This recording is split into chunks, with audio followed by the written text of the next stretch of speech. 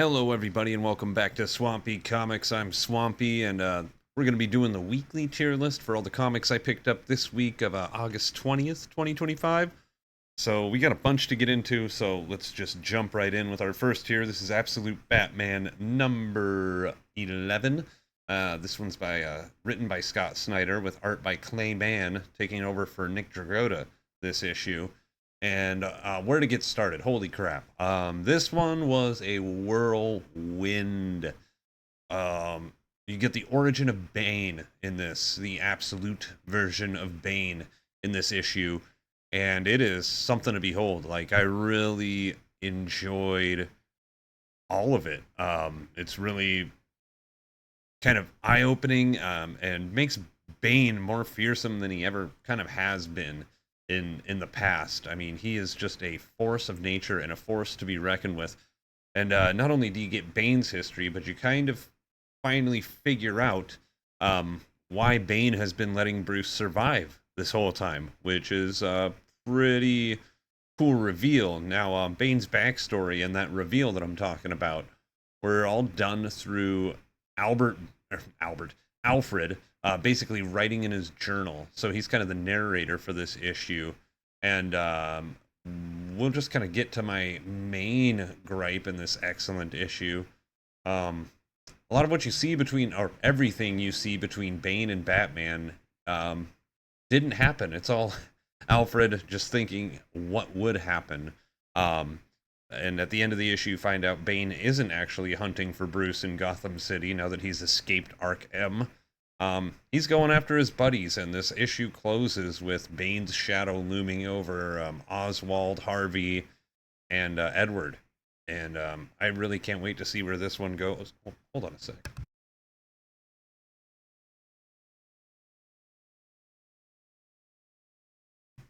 Sorry, I have a fan going that almost fell down, and I don't edit. But yeah, having that issue end with Bane going after what Bruce cares about most, which clearly isn't himself, with how he's been treating his body throughout this series. But yeah, I really liked this issue.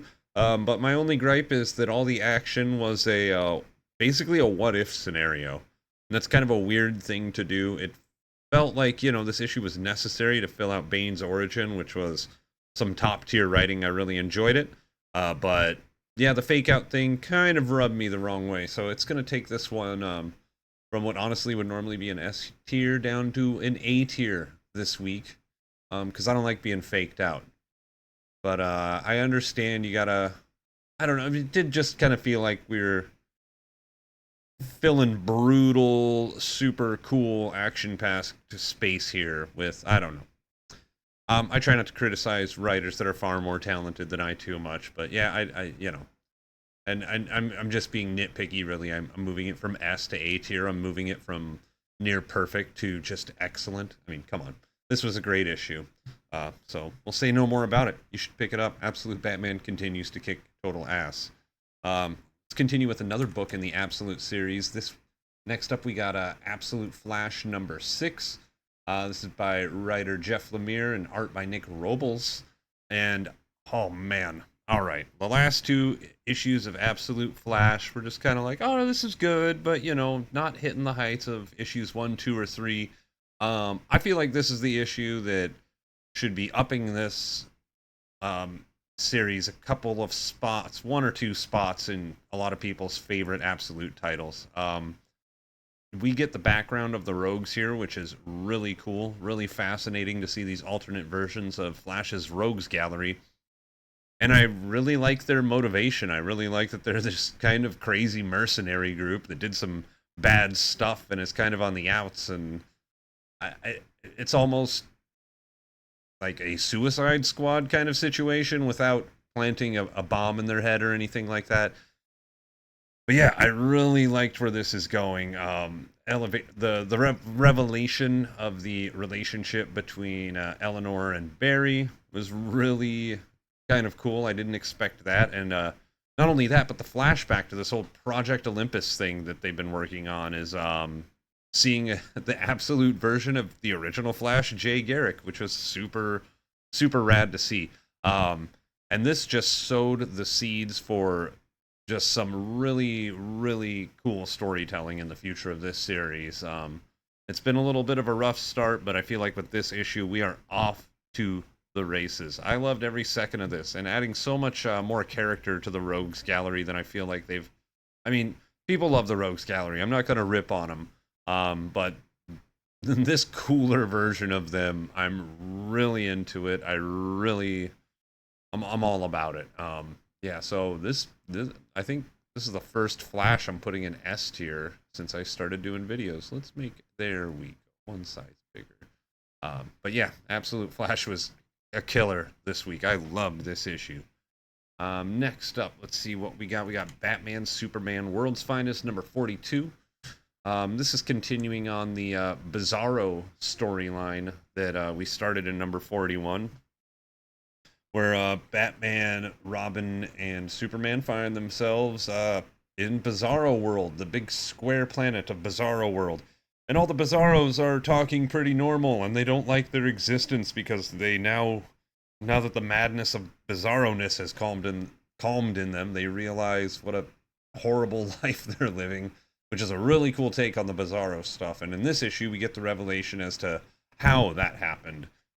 It's really cool. It turns out it was kind of more of a benevolent thing. This alien has come upon their planet, and it seemed like, when they were uncovering this, like it was an attack from this being, but it wasn't. He discovered that Bizarro World, because it's a cube, instead of a sphere like our planet, their planet is a cube. It's collapsing in on itself because it's not geometrically sound, and he was trying to get them to get some sense in their heads so they could, work together and save Bizarro World. But now that Batman and Superman have discovered this, and Robin have discovered this, it seems like next issue we're going to be trying to solve this problem. This is a really cool Bizarro storyline. We're seeing a lot of alternate versions of, characters from Superman and whatnot, and it's really fun, especially the Bizarro Lex Luthor. I got a kick out of that. Got an audible chuckle out of me. I really liked this issue. Yeah, Mark Waid is just killing it. Oh yeah, Mark Waid wrote this. Or no, did he? Yes. There we go. Sorry, my credit screen was on the wrong one. This was written by Mark Waid with art by Adrian Gutierrez, and some sweet cover art by Dan Mora there. Can't go wrong with that. But yeah, I really liked this one. Let's go ahead and put it in A tier. This was great. I really, really enjoyed this. Next up, what do we got? Let me not minimize the windows I need to look at. All right, next up we got a doozy. We got Detective Comics number 1100, number 1100 here. And this is the first issue of Detective Comics I've ever, I do own one other one. I think I mentioned in a previous video that I have a foil edition of the first all-in Detective Comics with Barbara Gordon on it. But I've never cracked it open. This is the first one that I've purchased and cracked open. And didn't buy just for some collection nonsense. But yeah, I figured this is a good spot to get in, not only because we're breaking off another hundo here, but we got a really cool Detective Comics, the last one that's going to be happening before the run that's going to be starting with Mac Fraction, and I am super stoked. But yeah, this was really cool. It was just, like it says, an oversized celebration of Batman, and we got like 5 different short stories in here. If you're a fan of Batman, pick this up. This was a killer issue, and the first every story has a different tone that's kind of celebrating the various really heroic aspects of Batman, all the things that make him a hero. I mean, just many different acts that make him a hero. And my favorite one was probably the first story with the lost dog, and then maybe followed by the one with the hospital workers. I really liked that one as well. Yeah, this was a great book. If you're even if you don't plan on buying any more Detective Comics, if you're a fan of Batman, I suggest picking this one up. It's a landmark issue. It's cool to have. It's great. And yeah, that first one about the lost dog, holy tears in my eyes. And not only that, but I almost forgot to mention, That first story written by Tom Taylor was really cool. I noticed for the first few pages that it didn't have dialogue boxes, and you're seeing this kid put up missing posters for his dog, and he almost gets knocked over by Batman chasing a criminal, and yeah, Batman picks up one of these flyers. He then later picks up the kid after the kid is drawing in the middle of the street. Um, a big Batman logo. He's drawing in the middle of the street. This truck comes up, honks at him. The kid doesn't hear it. You understand immediately, oh no, this kid is deaf. Batman comes in and swings him, and then you see Batman and the kid talk through sign language, and it was really cool to see. I mean, yeah, yeah, it just made you be like, yeah, I guess this is also a reason I really like Batman. You may have not known it before, but yeah, I mean, it was just such a good story and done in such a cool way. It's done without dialogue boxes the entire time. You don't need them, and it just puts this weird, eerie silence in your head when you're kind of reading it from the perspective or hearing it from the perspective of a deaf child.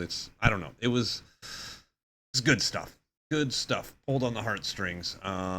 We're gonna put Detective Comics number 1100. I think it's gonna go in S tier because it got a tear in my eye. I mean, this was as far as landmark issues go, yeah, that sure did feel like one.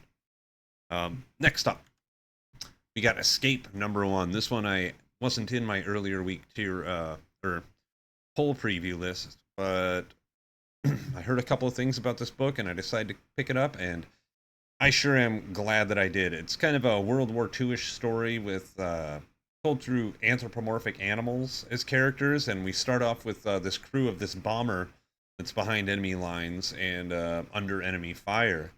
And, without spoiling too much, I mean, but you see our main character here on the cover is alone and on the ground, no longer in a plane. And this whole first issue deals with how that plane ends up not in the air anymore and where our main character is. And this one was a surprise. I don't have a lot to say about it because it was just kind of grim and brutal, but the tone worked. The art was great. And boy, there were some unsettling things in this issue. But done tastefully, I mean, gore scenes that are done tastefully, it really speaks to the horror of war. And yeah, I really enjoyed this completely new book to me. I mean, new series in general. It was written by Rick Remender with art by Daniel Acuna, and Image put this out. And I'm putting this one also in S tier. I mean, I'm going to just tell y'all right now, this is a good week for things that I like. So let's just move on to the next one. We got Godzilla Destroys the Marvel Universe 2. Not much to say about this one. It's just a good old, popcorn book. I really liked the first issue, and this one was good too. I really liked that they showed I don't know if this is canon in 2099, the 2099 universe, because I'm not familiar with it, but they showed the Fantastic Four in 2099, and what was it, an old Johnny Storm with a robot that had the heads of Forge. Oh, now I can't remember. But anyway, I won't spoil it. It was silly and funny and great. One thing I'm bummed about is the cover totally lied to me. Godzilla almost gets in a symbiote suit like we see down there, but nope, not totally. Spider-Man saves the day and prevents us from seeing one of the coolest things ever, which, that's what Spider-Man does. He makes things less cool and fun. Just kidding, Spider-Man fans. I'm just kidding. He just ruined it for me in this one. But no, this was a good. I'm gonna continue to buy this series. It's a blast. I like fun comics like this one, but this wasn't anything to write home about, but also nothing disappointing. So it's just gonna be solidly in the B tier here. Next up, we got Justice League Red. This is a new series by. Let me get up my credits here. This is a series by Saladin Ahmed with art by Clayton Henry. And, we're kicking off a new little offshoot of the Justice League Unlimited with this series with some kind of, some good B tier characters. I mean, we see on the cover here, Power Girl, Deadman, Simon Baz, Green Lantern, Red Tornado in the background, Cyborg, that girl in red who I'm still not familiar with because she wasn't in this issue. But yeah, it seems like the premise of this one is Red Tornado is a super intelligent AI, and he's been going through all these different scenarios and realizing if this thing happens, it could lead to a butterfly effect with the world getting destroyed. If we let this thing go this way, another butterfly effect with the world getting destroyed. And it, already in the first issue, I'm wondering how correct is Red Tornado? Is he just spinning out, no pun intended? Like, is he having a hard time not being in a body? Is he currently creating a new body? That was a strange page in this book. I don't know what that is supposed to mean. But yeah, this one was a big setup issue. There wasn't a lot going on. I enjoyed it, but just really not a lot happened. I mean, with all these characters on the cover, we only get some time with Power Girl and Simon Baz and Red Tornado, and yeah, I mean, it was fine. I'm gonna keep buying this book. I know it's gonna get better. I mean, fucking Dead Man's in there. It's gonna get better, and I'm excited to see more of Simon Baz and even Power Girl. Kind of maybe leading the team. She's a cool character, perfectly capable of doing so. And yeah, anything that gives Simon Baz a little more of a spotlight. He's definitely a Green Lantern who I find interesting, but is also, left to the side by a more popular lanterns. So hopefully this gives him a little more of a voice and a little more of a place in modern DC. But this felt like the most intro-y issue of intro issues to a series. I did enjoy it though, so we're going B tier with this one. Next up, we got Krypto, Last Dog of Krypton. This one is written by, oh no, what did I do here? That was the one I accidentally closed. Give me a second, folks. Well, it's written by Ryan North with let's just with art by Norton. There we go. Norton Antivirus, right? Sorry, guys. Amateur hour over here. I don't edit. This is all stream of consciousness. So anyway, Krypto, the last dog on, the last dog of Krypton. Holy crap! Krypto, the last dog of Krypto. Krypto, Krypto, Krypto, Krypto, the last dog of Krypton. Issue 3. This one was a doozy. This was everything I hoped it would be. On last issue, with what we were leading up to, I was really hoping this issue would bust the hero lid off of everybody's favorite good boy, and holy crap, did it. I really liked this one. And again, another dog-related DC story this week that made me tear up. Another story that was done almost without any speech bubbles, or very, very few of them in this issue. This one involved Krypto being kind of out in the wilderness during wintertime on his own, and coming upon a small girl who is also lost in the woods, and Krypto staying with her, and her feeding Krypto, and them just kind of taking care of each other until one morning when she doesn't, wake up. She's not dead, but she's just so exhausted and probably malnourished at that point that she's having a hard time just being awake, and Krypto's able to get out into the sunlight. He lets out a big loud bark, and then he flies into town with her, and it was triumphant and awesome. And at the end of the issue, you kind of hope that the Krypto's gonna stick around with her, maybe, but nope. He's got other places to be, clearly, and I can't wait to see where he goes next issue. There's not a lot to say about this. This was simple, gorgeous, and I'm, what a surprise. Just a top tier comic book issue in general. This one's going to S, another S. We got a lot of S's this week. Speaking of S's, the New Gods.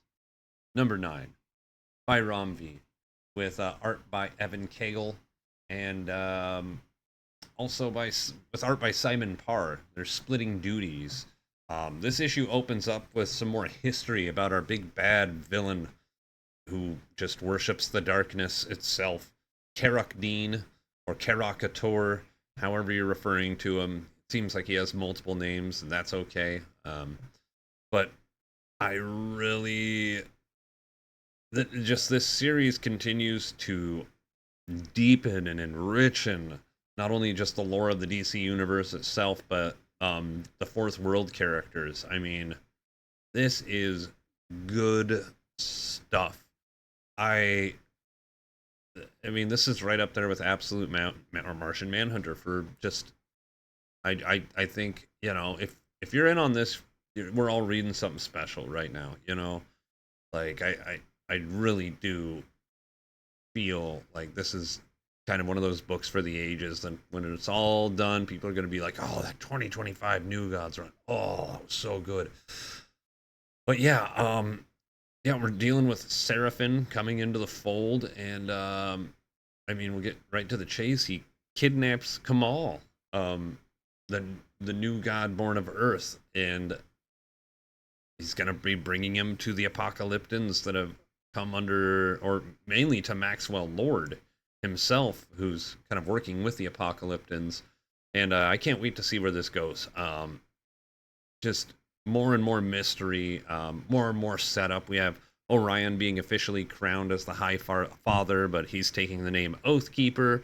We'll see how long that sticks. I kind of hope things go back to the status quo of, you know, Orion being the High Father's, fist in the skies. And yeah, but anyway, I'm just, it's one of those books where I'm getting tripped up because I'm just so excited about it. I can't say enough good things about it. New Gods 9 is definitely an S tier book. Wow, a lot of S tier. I'm also a really enthusiastic fan, so sometimes it's hard for me to find bad things in stuff that I like. So if you feel a different way, I want to hear about it. Leave a comment. Anyway, let's move on to Superman Unlimited number 4. And in this book, we're still dealing with the consequences of the kryptonite meteorite hitting Earth, and that kryptonite being not only enriching the country in which it landed, but having a lot of kryptonite sold out onto the black market in various things like jewelry, weapons, and in this issue, we find out makeup. As Superman finds himself rescuing a socialite of sorts, or an influencer, I believe, as she falls off a balcony at a party, and as he's flying with her, he realizes she has a kryptonite piece of jewelry, and he starts feeling woozy, and he's like, "Oh, okay, I gotta put you down." And he goes to put her down, and she's like, "Thank you so much, Superman," and gives him a kiss on the cheek. And she has green lipstick on. Turns out she has kryptonite lipstick, because everybody's just using this stuff all willy-nilly now. And it makes Superman feel really crappy for quite a while, to the point where, as he's helping out in Gotham City where this happened, he ends up fighting. Or no, this was all in. Yeah, Batman's just here in Metropolis. Either way, yeah, that's right. Batman's in Metropolis, because it turns out there's one of Dr. Langstrom's assistants from his lab, Dr. Langstrom, the Man-Bat. Seems like one of these assistants has also been infected by the Man-Bat serum, and while Superman's still feeling sick from this kryptonite and trying to fight this thing, it bites him and turns Superman into a weird Superman vampire bat. This was a really silly story, and fun and good and Superman-y. It didn't really hit the heights of a lot of other Superman stories I've been doing this summer, but I mean, it was fun, serviceable book. Superman Unlimited is a nice distraction from mainline Superman, and kind of giving us a different adventure that isn't so heavily steeped in, all the cool dark side related stuff that's going on in the mainline. But yeah, Superman Unlimited 4, completely serviceable issue. We're gonna put it in B tier. It's good. I like the last one a little more, but continues to be a strong a strong series, And we're ending the summer of Superman with this one, I believe, because I don't think there's a Superman book next week. I could be wrong. Maybe the Book of El. No, that's Batman week. Anyway, moving on. We got the Marvel All-in-One. This maybe should have gone under M, but it's got the Thing at the top of the title, so I'm putting it under T for Marvel All-in-One, The Thing versus the Marvel Universe. This is another one by Ryan North, with pencils by Ed McGuinness and inks by Mark Farmer. Yeah, I didn't realize this was coming out. I mean, The Thing's one of my guys, and I saw it on the shelf, and I was like, oh, cool, I'm just gonna grab this. And this is a totally fun one shot. This is a beautiful one shot. Yeah, it's got Thing kicking all his friends' asses, and because they're trying to kill him, and the reveal of what's going on is super fun. I don't want to spoil that for anybody that reads this. I mean, if you're just a fan of this kind of stuff, like, get this Thing. It's I wasn't trying to do two puns on top of each other. I meant to say Thing, but then saying that's fantastic right after that. Ugh, come on. But I loved this. The really cool gimmick about it, and gimmicks, the way it's done with the art is every single page is a full splash or a double splash. It's so cool. It's a big, thick book, but every page is huge and easy to read, and the fights are fun, and they get really, really nasty if you can picture the color change. I'll say no more. You'll understand what I mean when you get there. But Thing versus the Marvel Universe, that's an A-tier book there. That is top-tier popcorn reading, my friend. All right, last up, we got The Vision and Scarlet Witch, issue 4. This one is by writer Steve Orlando with art by Jacopo I say his name wrong. Jacopo Camagni. I think I did it right this time. But I really like this series. It continues to be good. I really, I don't know. There's just something about the tone. Something about feeling like these two characters shouldn't be in their own corner in the Marvel universe. Like, they should be main characters more often. They're both so strong, so powerful, and so cool. Grim Reaper has turned out to be quite a formidable foe, and the end reveal of who's really pulling the strings behind this story is awesome. Like, I'm one of those things I'm not going to spoil. If you're into either of these characters, you should read this. Or, if you're into, characters from Marvel versus Capcom 2 or anything like that. But yeah, it's a lot of fun. It really seems like we're leading up to, hopefully, the rebirth of this string puller in the background, kind of being a little more at the front of things in certain corners of the Marvel universe, but we'll see. But leading up to what the next issue is going to be the last issue of this mini, so yeah, it's a great penultimate. I had a lot of fun reading it. I'm really glad that I started this series. So we're going to go put that in A tier. So, all right. Our book of the week. We got two that made me tear up. One of my favorite books of all time. A book that really stepped up its game. And a brand new, book on the scene. This is a tough one, folks. I usually think this out a little more time, but this week I was like, I'll do it on the fly. That'll be fun. And now I have decision paralysis. That's what I get. But oof,